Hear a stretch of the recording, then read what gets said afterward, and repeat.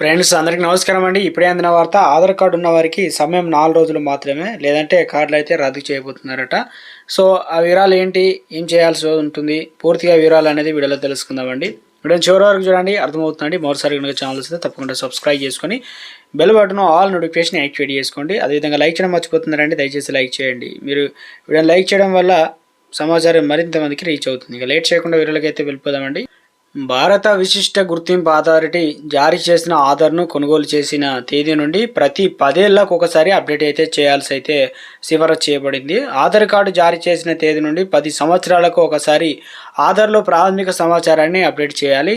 ఆధార్లో అన్ని సమాచారం ఖచ్చితంగా మరియు ఖచ్చితమైనదిగా ఉండాలి. ఇందుకోసం ఆధార్ను అప్డేట్ చేయాల్సి ఉంటుందన్నమాట. యుఐడిఐ ఆధార్ను అప్డేట్ చేయడానికి ప్రత్యేక సదుపాయాన్ని కలిగి ఉంది. మై ఆధార్ లేదా మై ఆధార్ పోర్టల్లో అప్డేట్ డాక్యుమెంటు ఎంపికను ఉపయోగించి ఆధార్ను అప్డేట్ చేయవచ్చు అనమాట. మీరు ఉచితంగా ఆన్లైన్లో నా ఆధార్ని కావచ్చు ఏదైనా ఉపయోగించి సమాచారాన్ని అప్డేట్ అయితే చేయవచ్చు. దీన్ని కోసం అంటే మీరు అధికార వెబ్సైటు మై ఆధార్ UID.gov. వెళ్ళి అప్డేట్ డాక్యుమెంట్ ఆప్షన్ ఎంచుకోవాలి. దీని తర్వాత మీరు ఆధార్ నంబరు క్యాప్చా నింపి ఓటీపీ పొందవచ్చు. ఆ తర్వాత ఓటీపీని నమోదు చేసి పేరు, చిరునామా మొదలైన వివరాలు అప్డేట్ చేయాలి. అవసరమైన పత్రాలు కూడా సమర్పించడం కొనసాగించండి. ఈ ప్రక్రియ పూర్తి చేసిన తర్వాత మీరు ఆధార్ అప్డేట్ స్థితిని తెలుసుకోవడానికి అప్డేట్ రిక్వెస్ట్ నంబర్ను కూడా UARNని సేవ్ చేయాలన్నమాట. ఆధార్ను ఉచితంగా అప్డేట్ చేయడానికి గడువు డిసెంబర్ 14, 2024 నాటికి ముగుస్తుంది. దానికోసం మీరు ఆధార్ను ఉచితంగా అప్డేట్ చేసుకోవాలి. ఆ తర్వాత ఆధార్ను రెన్యువల్ చేసుకోవాలంటే నిర్దిష్టమైన రుసుము చెల్లించాలి.